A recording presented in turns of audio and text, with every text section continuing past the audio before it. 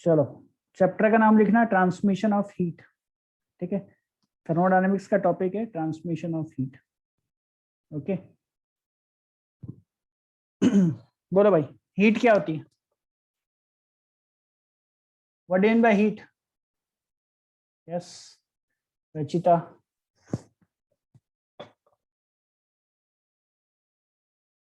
Hello.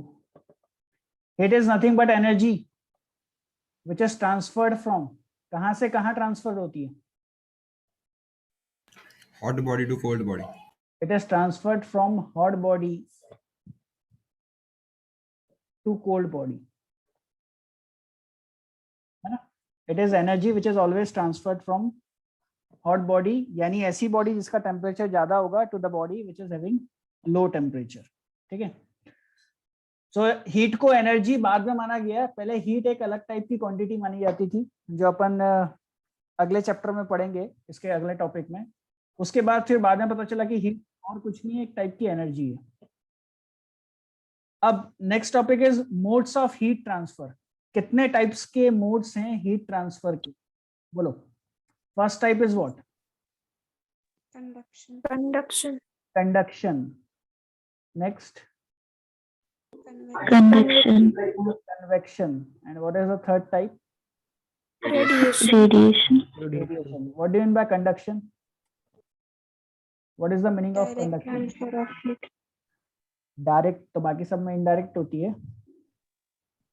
Sir एक through particle medium बाकी सब में कन्वेक्शन में मीडियम नहीं होता क्या बेटा? कन्वेक्शन में मीडियम होता है, लिक्विड मीडियम।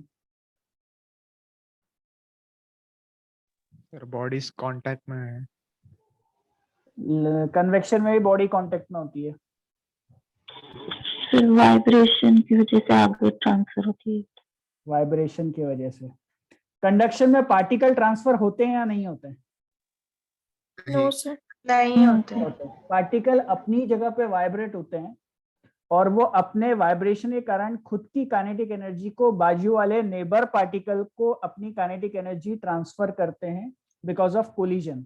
और इस प्रकार जब हीट ट्रांसफर होती है, then that type of heat is called as conduction of heat. Clear है ना? It is the process by which heat flows from hot end to cold end of the solid body without there being any net movement of the particles of the body। Particle अपनी ही जगह पे रहते हैं। जैसे for example, हमेशा मैं एक example देता हूं कि फॉर एग्जांपल जैसे जब आप लोग का टेस्ट पेपर होता है एग्जाम में, तो उस टाइम पे जब आपको आंसर शीट डिस्ट्रीब्यूट की जाती है क्लासरूम में, तो होता क्या है, एग्जामिनर जो होता है वहां पे, इन्विजिलेटर जो होता है क्लासरूम में, वो फर्स्ट बेंच के बच्चों को आंसर शीट दे देता है और आप लोग आंसर शीट को पीछे पीछे ट्रांसफर करते रहते हो। करेक्ट है क्या? ऐसा ही होता है ना? यस। तो बेसिकली जो आंसर शीट आपको मिलती है दैट इज हीट, और आप एज अ पार्टिकल, जितने भी स्टूडेंट है क्लासरूम में, वो एज अ पार्टिकल एक्ट करते हैं and they transfer that answer sheet, यानी उस हीट को वो पीछे की तरफ ट्रांसफर करते रहते हैं। तो ये जो टाइप है, ये जो एग्जांपल है, this is conduction of heat. Okay, clear? आइए बेटा, आपका इशू है, चेक करना। Next type is convection of heat. Convection of heat का मतलब क्या होता है? जैसे फॉर एग्जांपल हम लोग सुबह मॉर्निंग में हमारे घर में दूध बॉईल होता है, या ठंडी के दिनों में अगर गैस पे अगर हम लोग पानी को गर्म करते हैं नहाने के लिए, तो होता क्या है, किसी बाउल में जब पानी को रखते हैं तो सबसे नीचे वाली लेयर जो होती है वो ठंडी लेयर होती है, वो सबसे पहले हीट गेन करती है। वो हीट गेन करने के बाद, क्योंकि हीट गेन करने के बाद उसकी डेंसिटी कम हो जाती है, डेंसिटी कम होने के कारण वो लेयर ऊपर की तरफ चले जाएगी और उसको रिप्लेस कौन सी लेयर करती है? दूसरी लेयर करेगी, जो कि ठंडी लेयर रहेगी। फिर वो हीट एब्जॉर्ब करेगी, फिर वो रिप्लेस होगी, उसको दूसरी ठंडी लेयर रिप्लेस करेगी, फिर वो गर्म हो जाएगी, वो ऊपर चले जाएगी डेंसिटी कम होने के कारण। और इस प्रकार पूरा पानी एक समय आता है जब हर एक लेयर गर्म हो जाती है और हमारा पूरा वाटर बॉईल होना शुरू हो जाता है, that is at 100 degree Celsius. Clear है? अगर इसी को एग्जाम सेंटर से कंपेयर करें तो आप लोग अपनी बेंच से उठ के इन्विजिलेटर के पास जाओ और वहां से आंसर शीट हर एक बच्चा जाके कलेक्ट करे। हर एक बच्चा अपनी बेंच से उठेगा, इन्विजिलेटर के पास जाएगा, आंसर शीट कलेक्ट करके वापिस अपनी जगह पे आके बैठेगा। तो this mode of heat transfer is called as convection. Clear है? आप सोर्स के पास जाते हो, वहां पे सोर्स पार्टिकल हीट एब्जॉर्ब करके वापस अपनी जगह पे आ जाता है। This is convection. And finally third type is radiation. Radiation का मतलब क्या होगा, अगर इसको एग्जाम हॉल से कंपेयर करेंगे तो एग्जामिनर का दिमाग सपोज किसी दिन सनक गया और उसने क्या किया, उसने पूरे आंसर शीट को हवा में उछाल के फेंक दिया, अपना अपना कलेक्ट कर लो भाई। जैसे जब नोटों की गड्डी शादियों में उड़ाते हैं ना, दैट इज रेडिएशन। जब हम ठंडी के दिनों में शेकुटी करते हैं, है कि नहीं, तो वो जो हम लोग जो जलाते हैं बॉन फायर जो करते हैं, उसमें जब वो एक हीट, सोर्स के साथ एक्ट करता है, हाँ वो ऐसा सोर्स के जैसे एक्ट करता है। राइट, वो हीट सोर्स होता है और उससे जो इलेक्ट्रोमैग्नेटिक वेव्स निकलती है वो ऑल डायरेक्शंस में निकलती हैं और फिर हम लोग अपने अपने हिसाब से पास में या दूर खड़े होकर हीट एब्जॉर्ब कर लेते हैं। That is the third mode of heat transfer which is called as radiation. Clear है? उसके लिए मीडियम रिक्वायर्ड नहीं रहता ना? मीडियम रिक्वायर्ड नहीं होता है, और बीच के मीडियम जहां से हीट ट्रांसफर होती है वहां का मीडियम में एनर्जी गेन भी नहीं होती है रेडिएशन के केस में। कंडक्शन के केस में अगर खास कर देखें तो कंडक्शन का प्रॉब्लम ये है कि this is the slowest process, सबसे स्लो तरीके से हीट ट्रांसफर होगी। बीच का जो मीडियम होगा, पूरा की पूरा मीडियम, मतलब रॉड के एक एंड को हीट करते हो तो पूरी की पूरी रॉड हीट होती जाती है, गर्म होती जाती है, और फाइनली लास्ट एंड पे हीट पहुंच जाती है, तो पूरा मीडियम जो है वो गर्म हो जाता है। कंडक्शन जो प्रोसेस है वो सॉलिड में भी हो सकता है, लिक्विड में भी हो सकता है, गैसेस में भी हो सकता है, बट सॉलिड में सिर्फ कंडक्शन होता है। फिर से कंडक्शन सॉलिड, लिक्विड और गैसेस तीनों में हो सकता है ना, ध्यान से। ये सॉलिड में भी हो सकता है, ये लिक्विड में भी हो सकता है, ये गैसेस में भी हो सकता है, बट सॉलिड में सिर्फ कंडक्शन होता है। सॉलिड में कन्वेक्शन नहीं होता है, क्योंकि सॉलिड के पार्टिकल्स अपनी जगह को छोड़ नहीं सकते। सॉलिड में रेडिएशंस नहीं होता है। क्लियर है क्या यहाँ तक किसी को डाउट? और हमारा यहाँ पे जो इंपॉर्टेंट टॉपिक है हीट ट्रांसफर में, वो हमको कॉन्सेंट्रेट करना है इस टॉपिक के ऊपर, that is conduction of heat. ये जो मोड है, फर्स्ट वाला मोड, हमको ये पढ़ना है इसमें। क्लियर है? बात समझ में आ गई सबको? Yes sir. Next topic is, next third point लिखना, temperature gradient. What do you mean by temperature gradient? देखो, टेम्परेचर का मतलब तो हमको पता है क्या होता है। ग्रेडियंट का मतलब, ग्रेडियंट का दूसरा शब्द क्या है, इसका सिनोनिम्स क्या होता है? स्लोप। इसको स्लोप भी बोलते हैं, ठीक है। तो टेम्परेचर स्लोप, अब इसका मतलब यहाँ पे क्या है? तो इसको हम ऐसे समझते हैं कि सपोज हमारे पास एक रॉड है, और इस रॉड की, ये लेफ्ट साइड वाला एंड है रॉड का, ये राइट साइड वाला एंड है, और ये रॉड कि इस वाले एंड का टेम्परेचर T1 है, इस वाले एंड का टेम्परेचर T2 है, and suppose T1 is greater than T2 है ना, लेफ्ट साइड वाला हायर टेम्परेचर पे, राइट साइड वाला लोअर टेम्परेचर पे। Let the length of this rod is L। Okay, तो टेम्परेचर ग्रेडियंट मीन्स, इसका मतलब होता है चेंज इन टेम्परेचर, यानी higher temperature minus lower temperature divided by length of the rod, T1 minus T2 per unit length is called as temperature gradient, temperature पर slope. Clear है क्या temperature gradient का मतलब क्या होता है?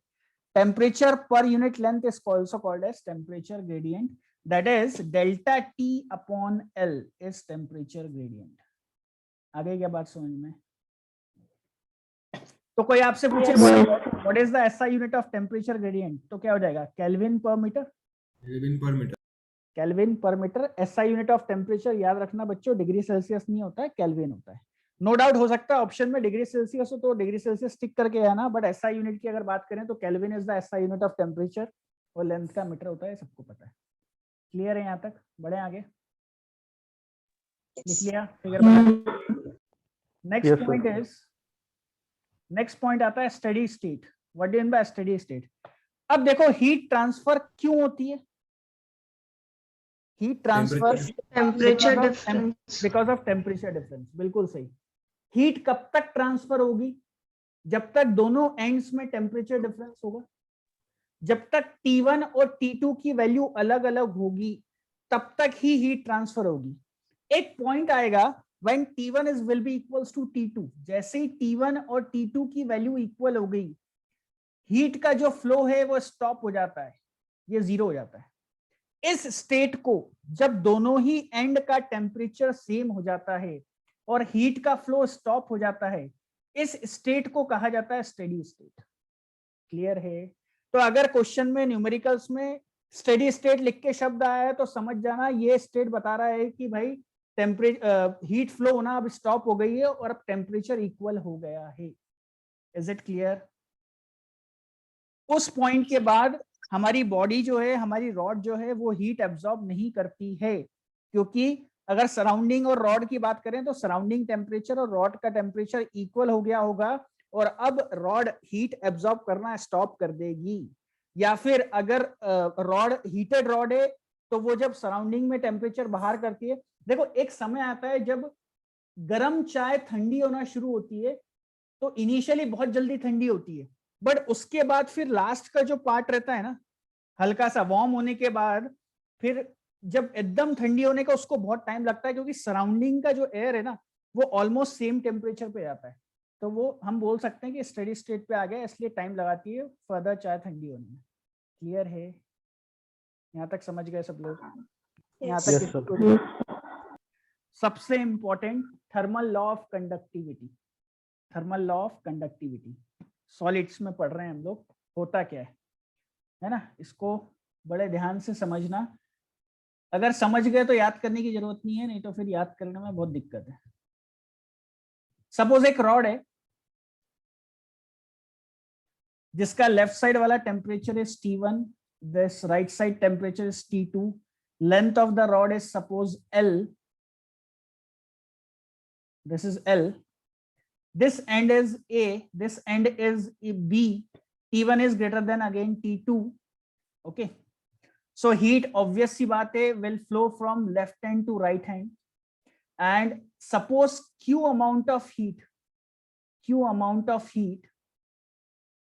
is flowing in T second.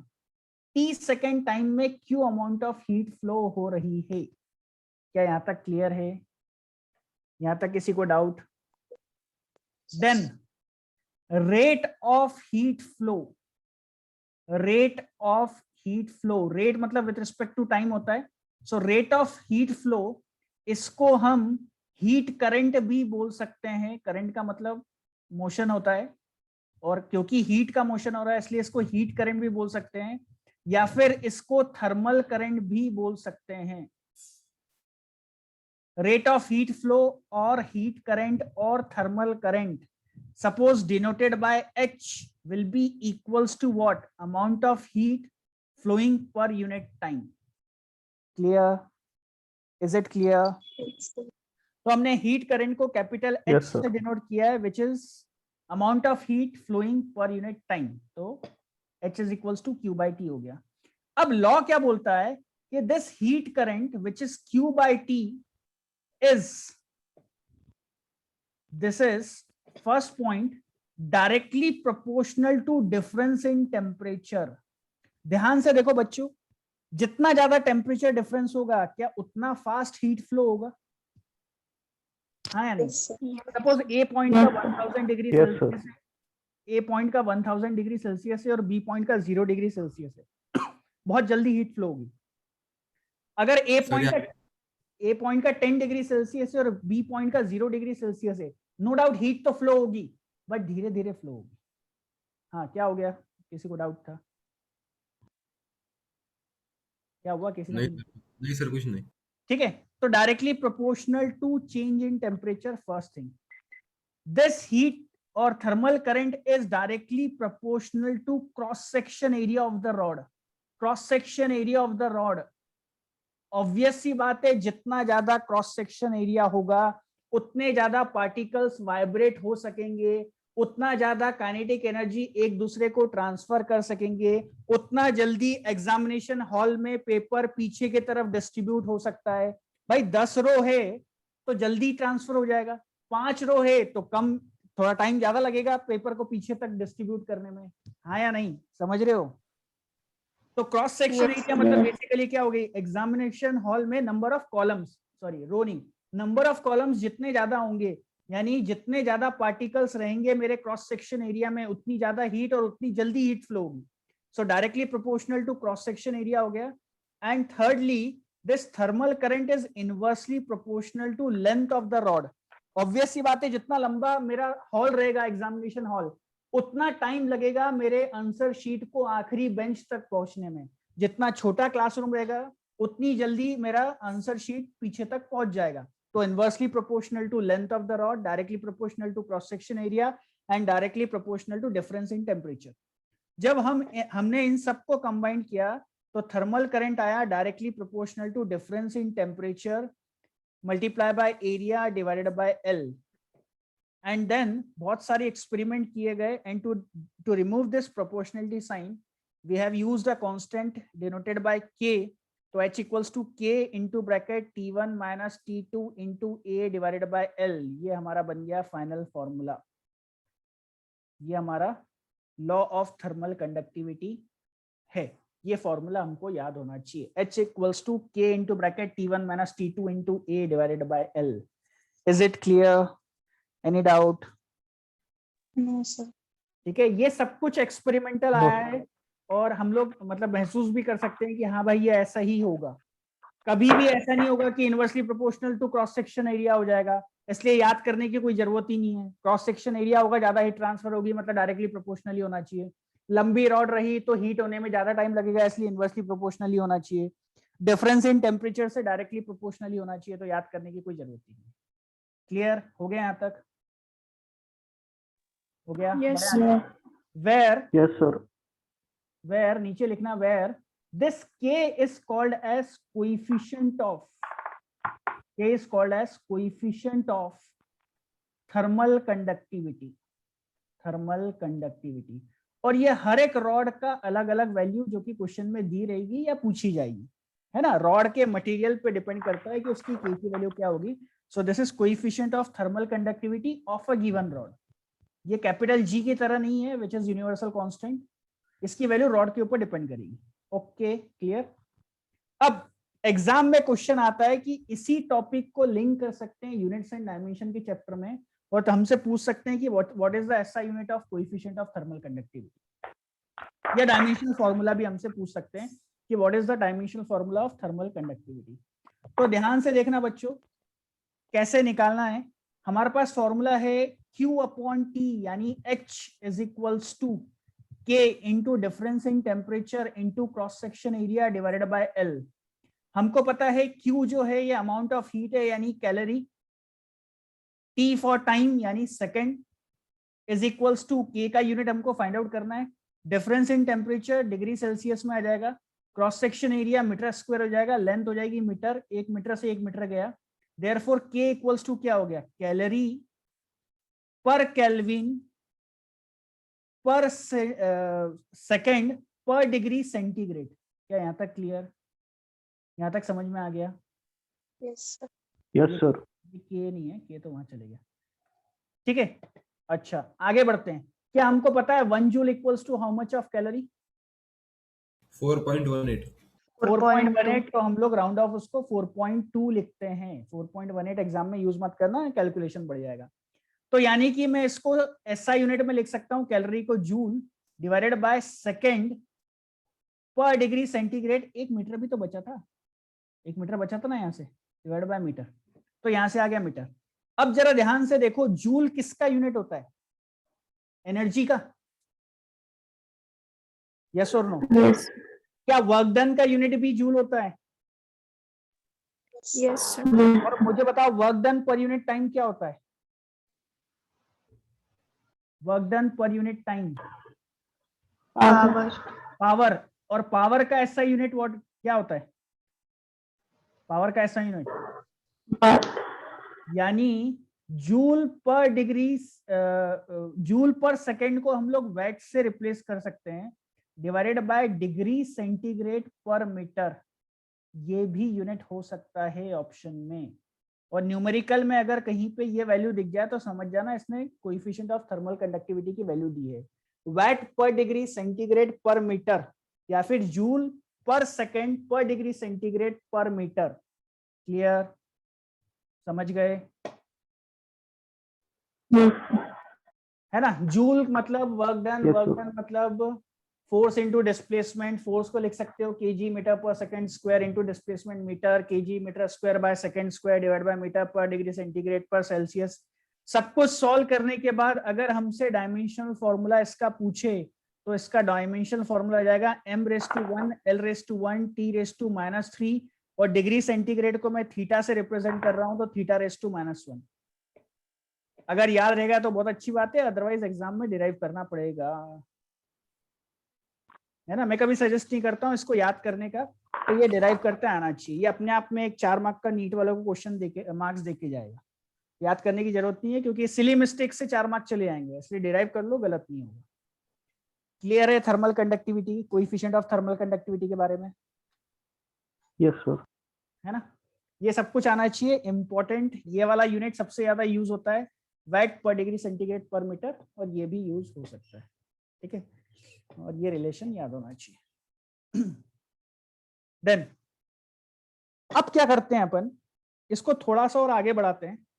और हम लोग ने पढ़ा थर्मल करंट यानी amount of heat per unit time, यानी K कांस्टेंट है, change in temperature into cross section area पर यूनिट लेंथ।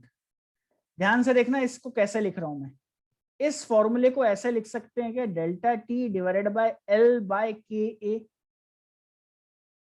चलेगा क्या? ऊपर का K और A मैंने डिनोमिनेटर के डिनोमिनेटर में ले लिया, कोई दिक्कत? No sir. और इस इक्वेशन को अगर मैं कंपेयर करूं by comparing this equation with Ohm's law. Ohm's law क्या होता है बच्चों? ओम्स लॉ होता है current is equals to potential difference per unit resistance. Current is equals to potential difference per unit resistance. क्या electric current because of potential difference के कारण flow होता है? और इन द सेम वे क्या thermal current difference in temperature के कारण flow हो रहा है? इसका मतलब क्या डेल्टा T और V एक दूसरे को एनालॉगस है? यस और नो? यस। और थर्मल करंट और इलेक्ट्रिक करंट भी एक दूसरे को एनालॉगस है? अगर ऐसा है तो क्या हम बोल सकते हैं कि R is equals to L by K A हो गया? और ये टर्म को हम बोल सकते हैं क्या कि this is nothing but thermal resistance. जैसे वहां पे इलेक्ट्रिक रेजिस्टेंस होता है, यहाँ पे इस टर्म को बोल सकते हैं थर्मल रेजिस्टेंस, जो हीट के फ्लो को अपोज करेगा। That is R, that is thermal resistance. चाहो तो इसको RT से शो कर सकते हो, RT is equals to L by KA thermal resistance. Clear है यहाँ तक? इसका मतलब क्या हमारा थर्मल करंट का फॉर्मूला ऐसा लिख सकते हैं delta T divided by R, where R is L divided by KA thermal resistance. Correct है? क्लियर यहाँ तक? किसी को डाउट? No doubt sir. ठीक है, हो गया, लिख लिया।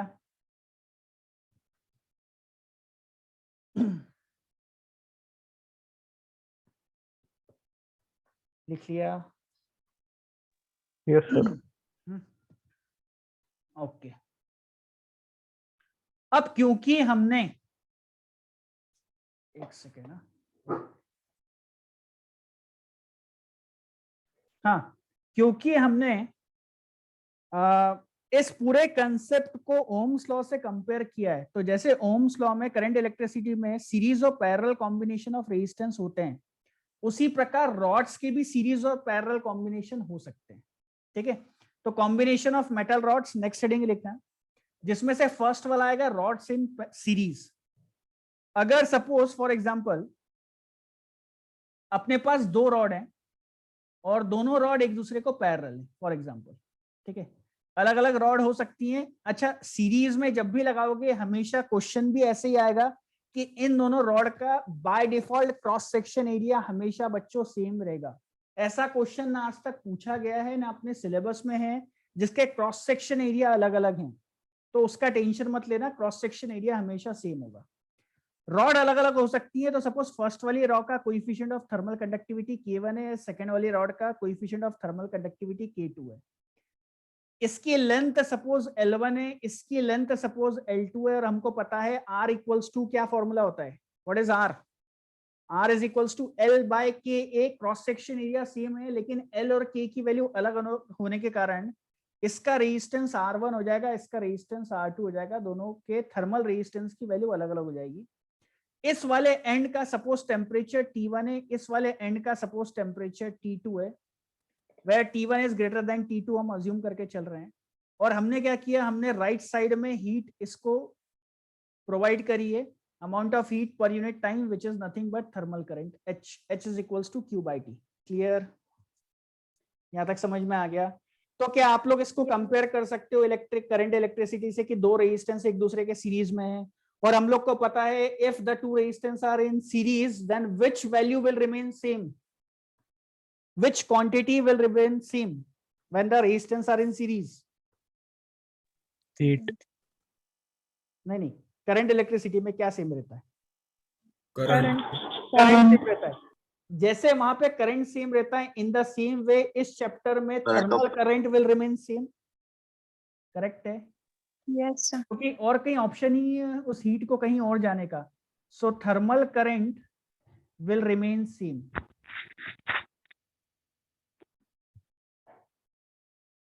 Okay, so H that is Q by T will be equals to what? पहले वाले के, अच्छा दोनों के बीच का ये जो जंक्शन है इसका टेम्परेचर सपोज मैं T अज्यूम कर लेता हूँ। सो पहले वाले के केस में क्या हो जाएगा? T1 minus T divided bye R1, correct? In terms of resistance लिख रहे हैं। And the same current will flow from here also, so this will be T minus T2 because now T is at higher temperature than T2, so T minus T2 divided by R2। is it clear? अगर इस और इन दोनों terms को अगर equate करते हैं then we can write T1 minus T is equals to what? HR1। And अगर इन दोनों को इक्वेट करते हैं तो हम क्या लिख सकते हैं? T minus T2 is equals to HR2। Is it clear? Is it clear? Yes अब ध्यान से देखना, total difference in temperature that is T1 minus T2, क्या हम इसको ऐसे लिख सकते हैं? ध्यान से देखो, T1 minus T plus T minus T2, जरा ब्रैकेट ओपन करके देखो, T और माइनस T कैंसिल हो जाएंगे तो बचेगा क्या? T1 minus T2। This T1 minus T2 can be replaced by total thermal current multiply by total equivalent resistance of the circuit, and since they are connected in series तो मैं इसको RS से replace कर रहा हूँ। T1 minus T can be replaced by HR1 and T minus T2 can be replaced by HR2.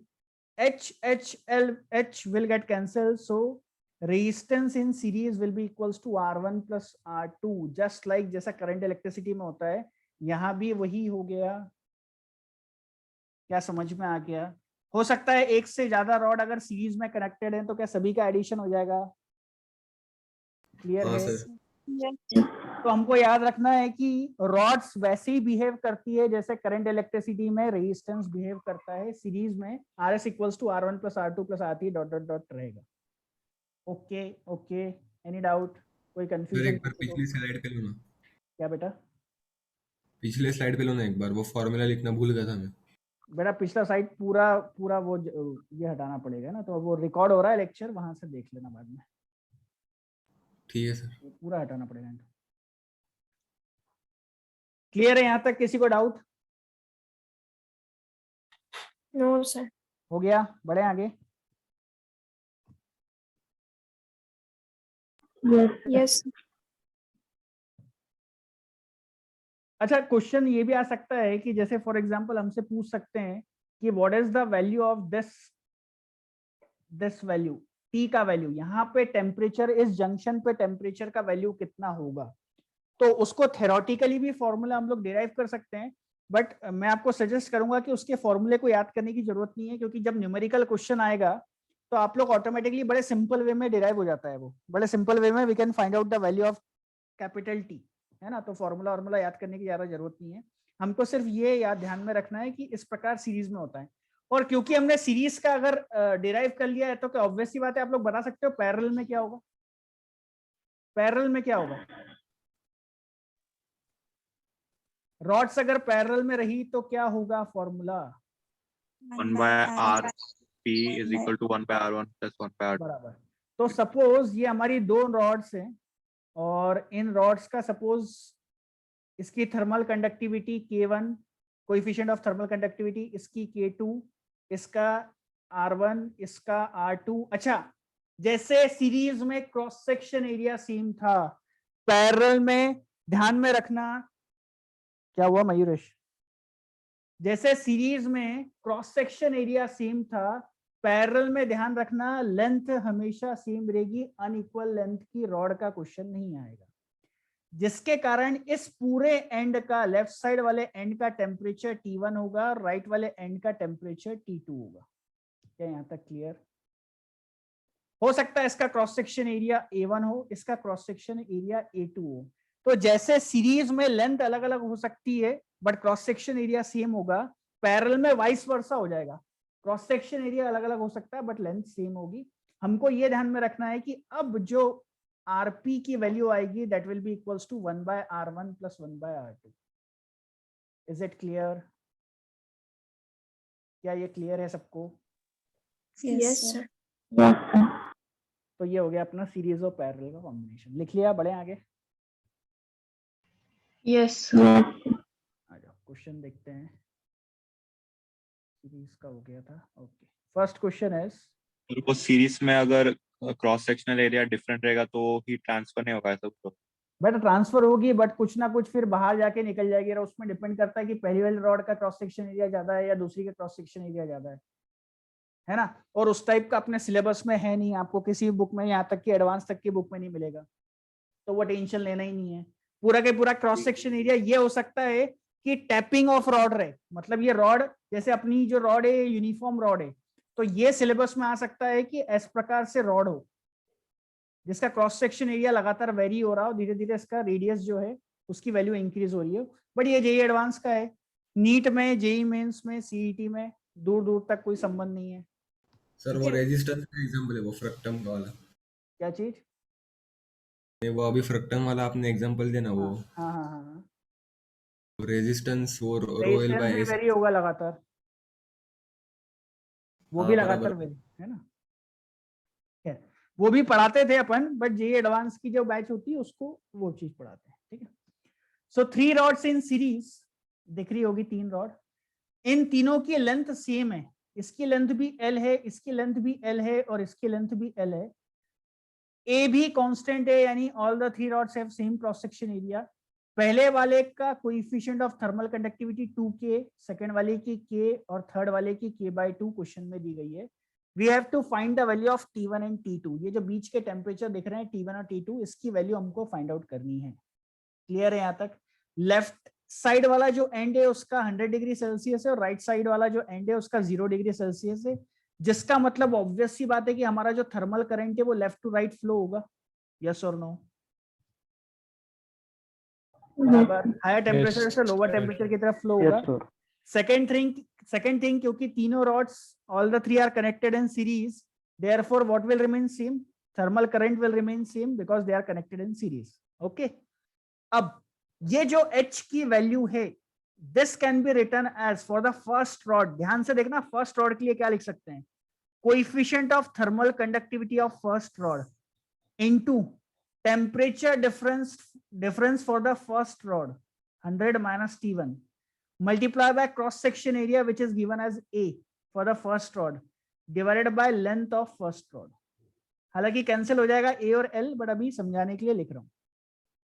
For the second rod, coefficient of thermal conductivity is K, temperature difference is T1 minus T2, cross section area is A, length is L, and equals to K/2 for the third rod, temperature difference T2 minus 0 यानी T2 ही हो गया, into A divided by L।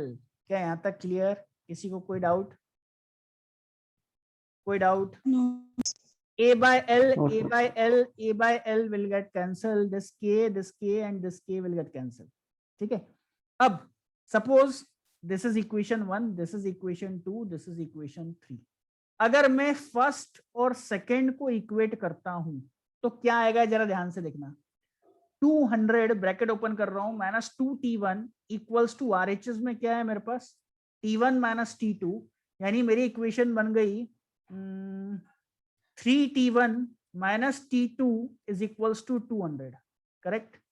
और अगर मैं first and third को equate करता हूं तो यहाँ पे हो जाएगा 200 minus 2t1 is equals to t2 by 2 को ट्रांसफर करेंगे so 400 minus 4t1 is equals to t2 that means 4t1 plus t2 is equals to 400।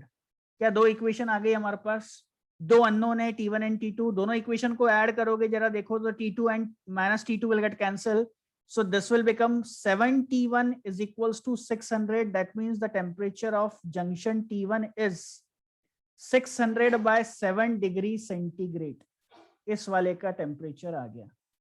and by putting this value in any of the equation, suppose first वाली equation में, so ये हो जाएगा 1800 by 7 minus t2 is equals to 200, that means t2 will be equals to 400 by 7 degree centigrade. ये आ गया T2 वाली junction का temperature. Is it clear? कोई डाउट? सिंपल था। क्या जंक्शन टेम्परेचर निकाल सकते हो एग्जाम में? Yes. Yes, sir. मान के चलो बच्चों एग्जाम में क्वेश्चन आएगा, क्योंकि बहुत बार पूछ चुके हैं, और मान के चलो एग्जाम में आएगा, नीट वालों के लिए बोल रहा हूँ। इस प्रकार प्रिपेयर करो कि आएगा और हमको निकालना ही है, कोई ऑप्शन नहीं है ना। बोनस मार्किंग जाएगी और मैं आपको बता देता हूं कि 80 to 90% बच्चों से नहीं सॉल्व होता है, क्योंकि सीबीएसई के रिस्पेक्ट से ये टॉपिक इतना छोटा और इतने कम जगह पे दिया है कि सीबीएसई वाले बच्चे इसको इग्नोर कर देते हैं unless they are actually preparing for NEET और जेई या किसी बड़ी कोचिंग क्लास में पढ़ रहे हैं। तो जो बच्चे सिर्फ बोर्ड के लिए प्रिपेयर करके नीट का फॉर्म भरे हैं वो लोग इस टॉपिक को स्किप कर देते हैं। यहाँ तक कि जब मैं 12th में था मैंने भी स्किप कर दिया था, मुझे पता भी नहीं था ऐसा कोई टॉपिक है। तो आपको 85 to 90% बच्चों से तो कंपटीशन है। नेक्स्ट क्वेश्चन है, this was asked in IIT 1996, है ना। Two rods are there which are connected in series. Left hand temperature is 100 degrees Celsius, right hand temperature is 0 degrees Celsius. Both have same length. This is rod A, rod B, junction temperature T, which we have to find out. Coefficient of thermal conductivity of first rod is 300. Unit पे ध्यान देना बच्चों, watt per meter per degree centigrade, मतलब power के form में जो second वाला था। और सेकेंड वाली रॉड का जो कोएफिशिएंट है दैट इज 200 वाट पर metre per degree centigrade. Okay, क्या फाइंड आउट करना है? जंक्शन टेम्परेचर फाइंड आउट करना है।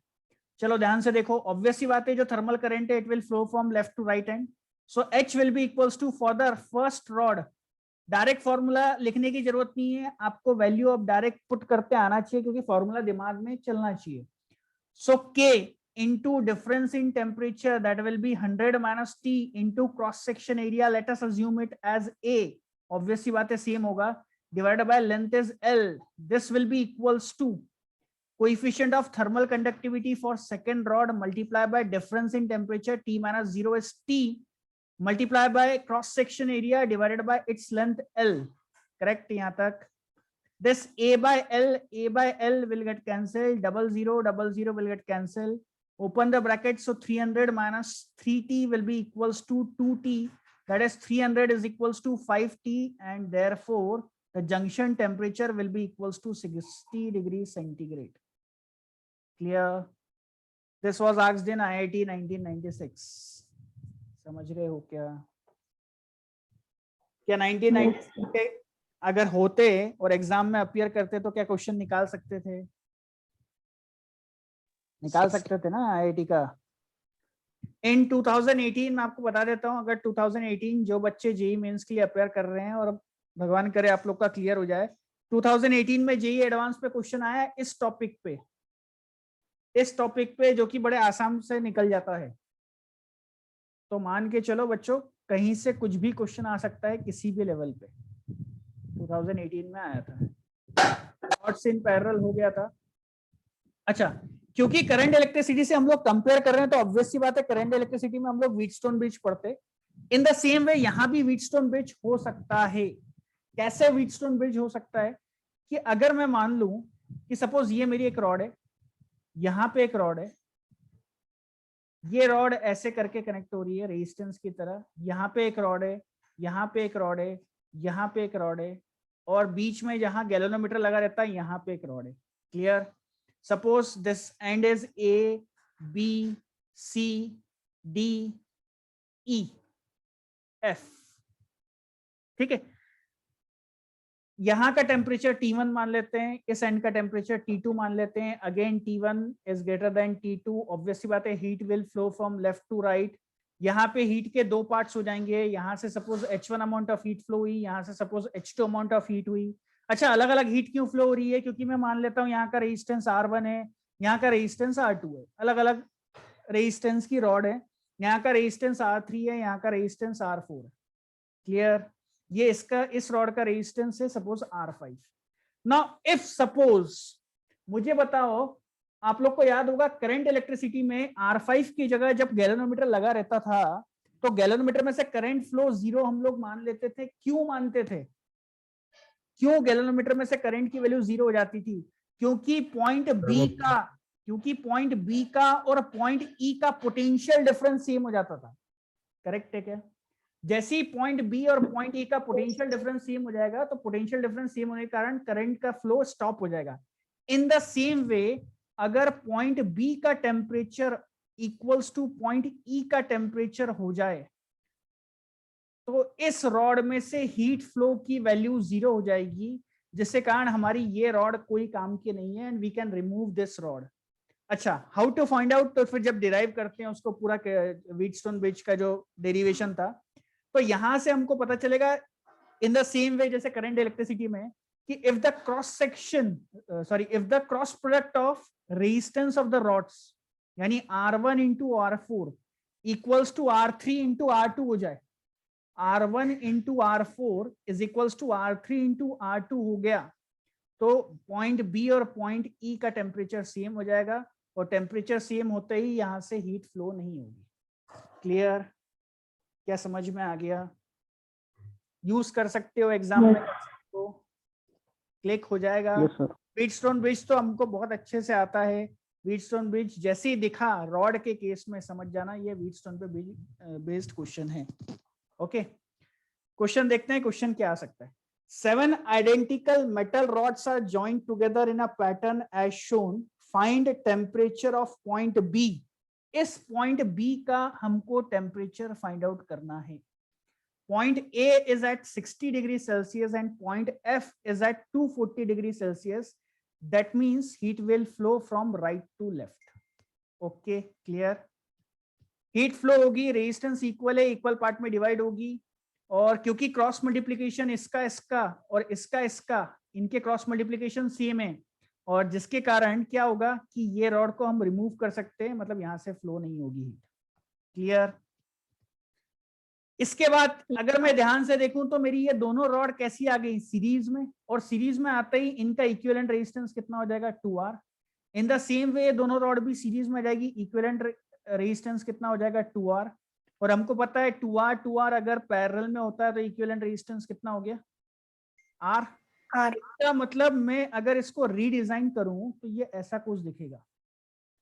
यहां पे ये वाला एंड है 240 डिग्री सेल्सियस, ये वाला एंड है 60 डिग्री सेल्सियस।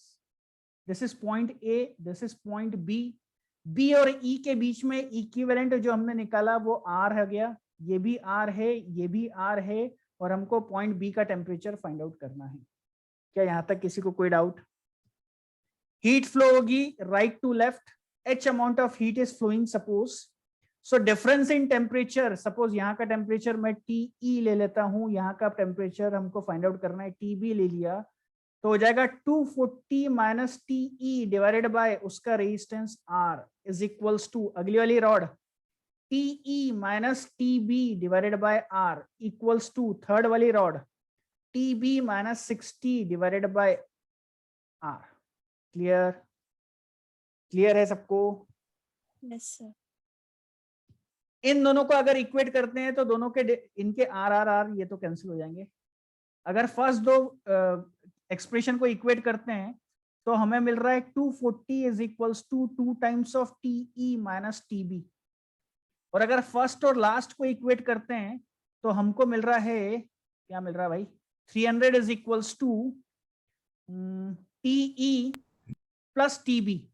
अगर मैं दोनों को ऐड करता हूं तो टीबी से टीबी कैंसिल हो जाएगा, यहाँ हो जाएगा 3TE is equals to 540, 540 divided by 3 जैसी करेंगे तो TE का वैल्यू कितना आ गया 180, 540 डिवाइड बाय 3 इज 180, और जैसे TE का वैल्यू मिला इसमें पुट कर दो, TE 180 है, 300 माइनस 180, सो TB का वैल्यू जो हमको चाहिए था it is 120 degree Celsius.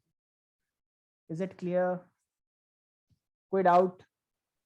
No, sir. No sir. पक्का क्लियर है सबको? बढ़े आगे। Yes. मयूरेश हो गया? Yes sir. एक मिनट सर। कुणाल समझ में आया बेटा? हाँ। शावनी, अंकुश?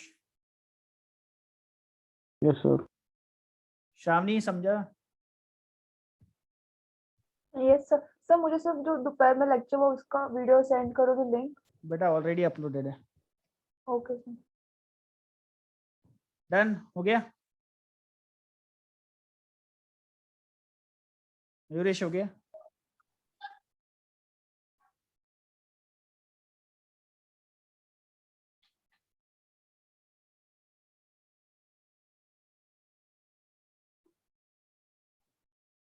Done sir. नेक्स्ट।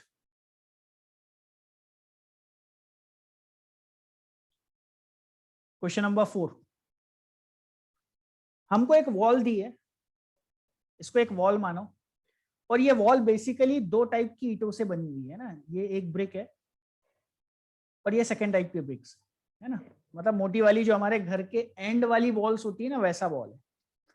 पहले वाले की लेंथ 3L है, मतलब यहाँ से यहाँ तक का डिस्टेंस ये 3L दिया हुआ है, और इसका जो लेंथ दिया है वो 2L दिया हुआ है। इसका coefficient of thermal conductivity K दिया हुआ है, इसका coefficient of thermal conductivity 3K दिया हुआ है। एक मिनट, इसका 3K दिया हुआ है। टेम्परेचर 30 डिग्री सेल्सियस, इसका टेम्परेचर 20 डिग्री सेल्सियस। ठीक है, ऑब्वियस सी बात है 30 है मतलब heat left to right flow होगी, और हमको जंक्शन टेम्परेचर निकालना है, ये बीच का, दोनों वॉल के बीच का टेम्परेचर T क्या होगा, that we have to calculate. So again same, H is equals to Q by T होता है, that will be equals to coefficient of thermal conductivity multiply by difference in temperature. First वाले section के लिए difference in temperature क्या होगा 30 minus T, series में लगा है तो क्रॉस सेक्शन एरिया सेम होगा, डिवाइडेड बाय इसकी लेंथ अलग अलग हो सकती है जो कि 3L दी है फर्स्ट वाले की, इज इक्वल्स टू सेकेंड वाले की अगर बात करें तो coefficient of thermal conductivity is 3K, difference in temperature is now T minus 20, cross section area is again A divided bye its length is 2L। क्या क्या कैंसिल हो रहा है, तो L से L गया, A से A गया, K से K गया, क्रॉस मल्टीप्लाई अगर कर लेंगे और ब्रैकेट ओपन कर रहा हूं मैं तो 60 minus 2T is equals to 3 3 9, यानी 90 माइनस 180, यानी 240 is equals to 11T। Therefore junction temperature is 240 divided by 11, कितना हो जाएगा, 1 जा 2 जा 20, 1 जा बचेगा 9, तो 8 और फिर 2 बचा, 21.82 degree centigrade junction temperature. Clear? आ गया सबको? Yes sir. कोई डाउट? अंकुश, आर्यन? समझा है sir. Next.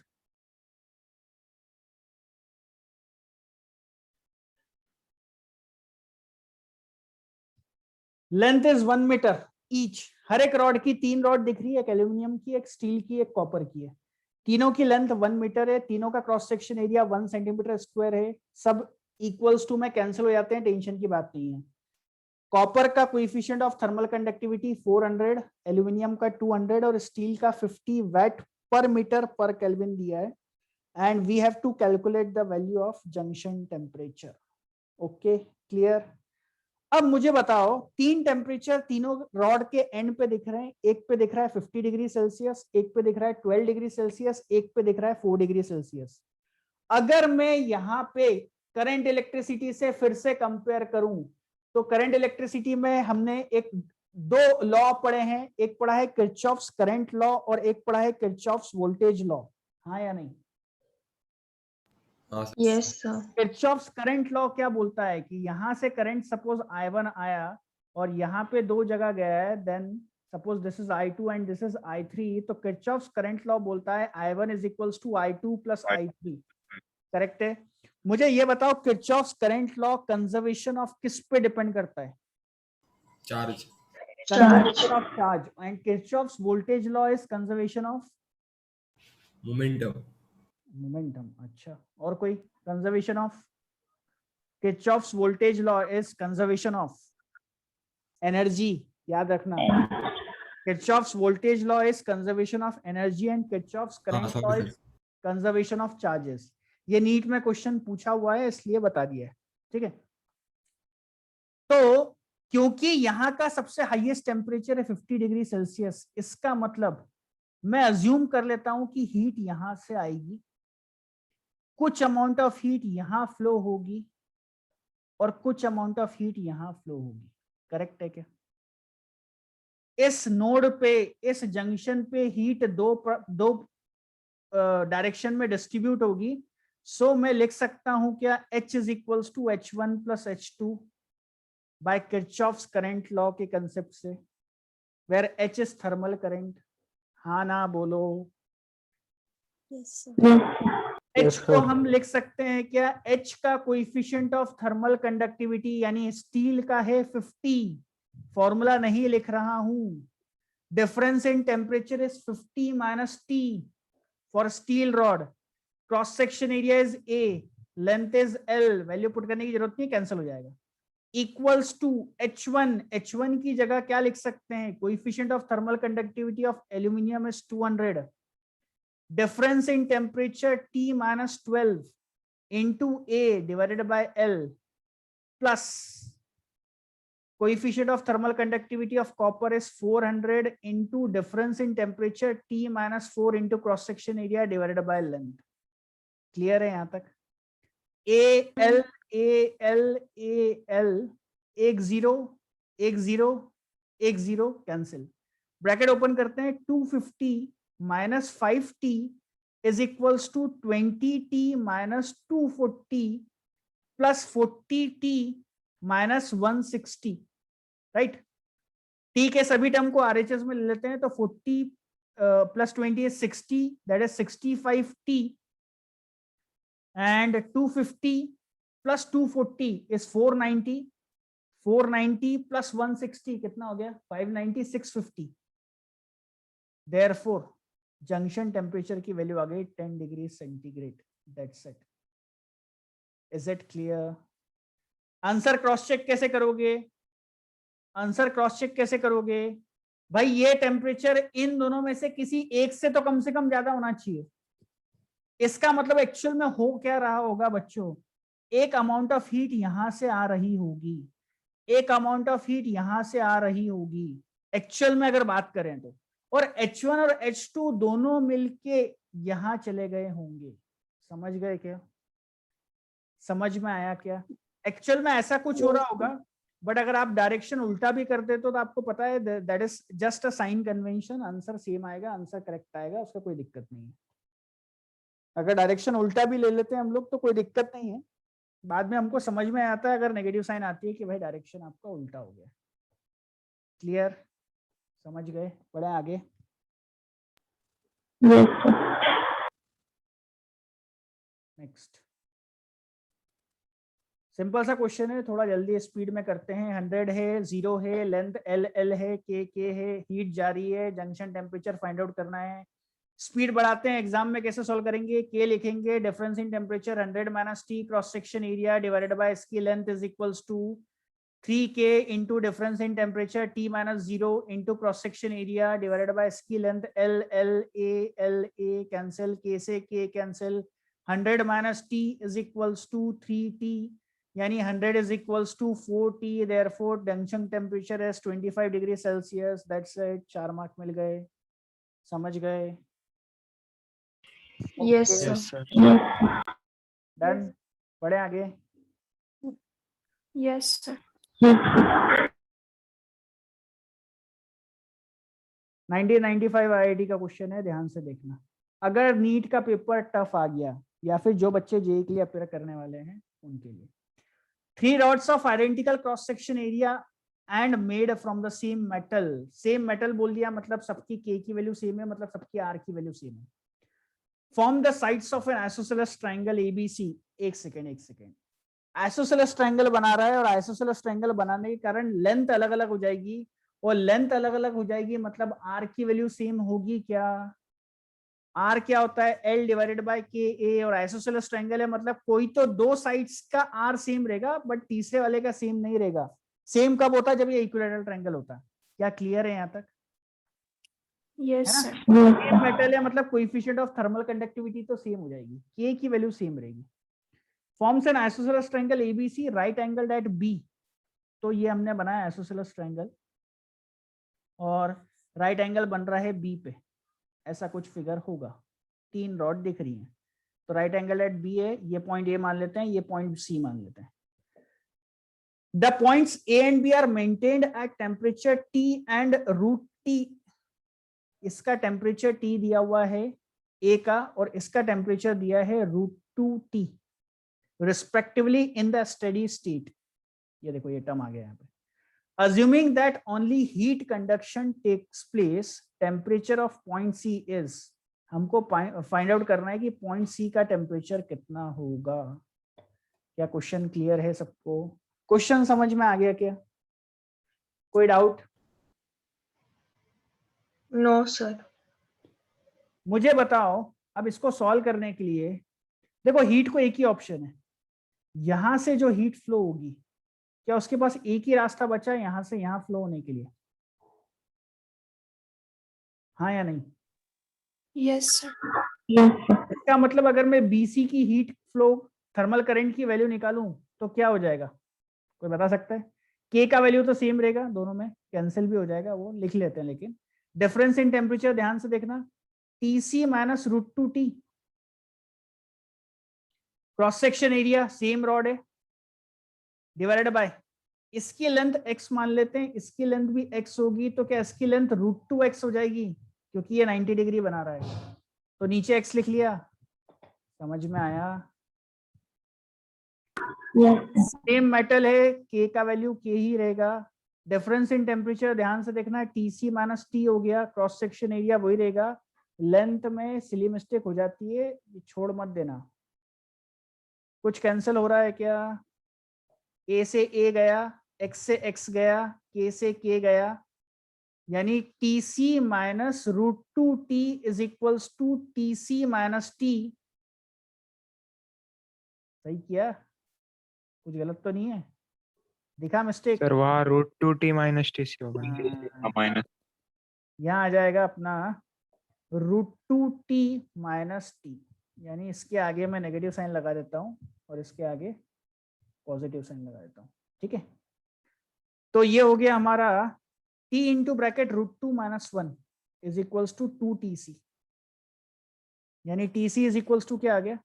√2 minus 1 divided by 2 into T। Clear है? सर +1 होगा। +1 होगा। ठीक है बच्चों, क्लियर? अरे समझ में आया? Yes sir. Yes, sir. Yes sir. अब देखो कुछ ऑथर्स कुछ बुक्स में ऐसा दिया है कि 1995 में जो क्वेश्चन पूछा था वो क्वेश्चन पूछा था ये, what is the ratio of this value, और कुछ बुक में पूछा है what is the value of TC। तो लिख सकते हैं ना TC बाय T क्या हो जाएगा? √2 + 1/2, है ना? सेम ही क्वेश्चन है, अलग अलग बुक में अलग अलग तरीके से दिया हुआ है। ओके सर हाँ बेटा। सर यहाँ स्टेडी स्टेट का क्या काम आया है?